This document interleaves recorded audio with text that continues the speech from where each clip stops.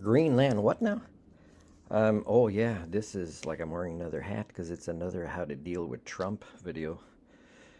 So, like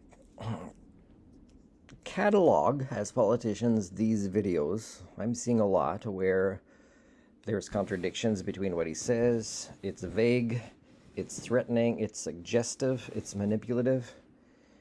And then, play it back for him on a phone call or virtual call and say, Mr. President, I don't think you were a guest mascot at the World Wrestling Federation playing the character of Donald Trump.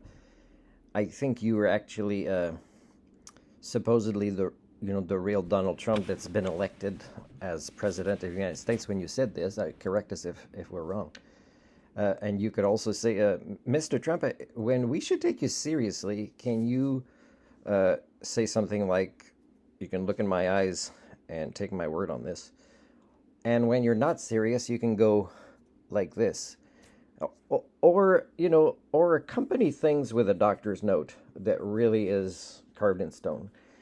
Because really, at some point, Mr. President, is we don't even want to sign any agreements with you. I mean, you've proven yourself unable to make agreements yourself that you don't change your mind on later and accuse others for it, and also keep the agreements, even the ones you think are good deals. So that means any agreement we make, both of us should choose to have a co-signer as another nation.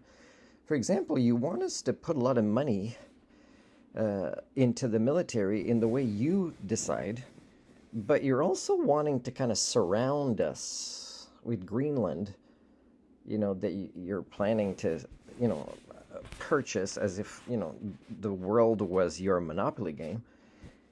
And you also say, oh, yeah, we're not going to defend Canada if they don't respond the way that I like with something, or if they don't allow me to play these games where making and keeping agreements shouldn't be an expectation of the President of the United States.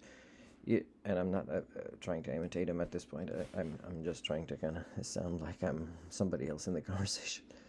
But really is, Mr. President, you are right now almost on a campaign trail, even though you've already been elected, where you say all sorts of things. I mean, you shouldn't even allow yourself to be interviewed by that many reporters that are taking advantage of your nonsense, as if somehow they're going to have the scoop of the century.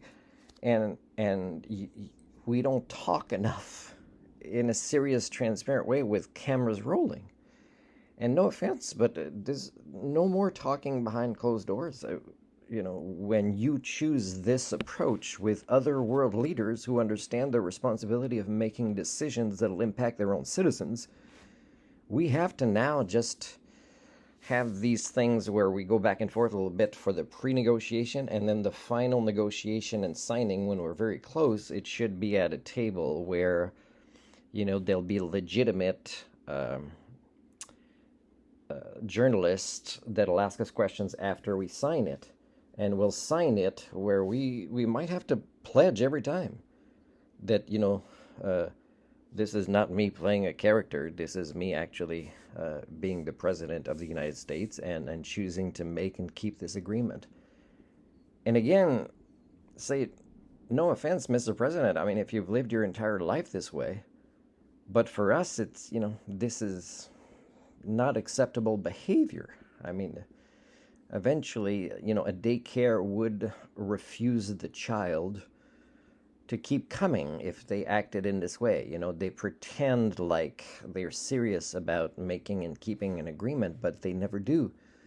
So the daycare would say, well, we really love your son, but we think maybe at this point that there should be people with more skill sets or higher level professionals working with your son.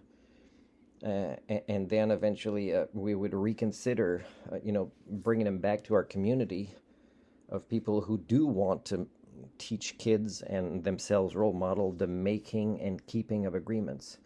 And the parents would have to, and the parents, you can say the voters here, would have to deal with this and help you with it.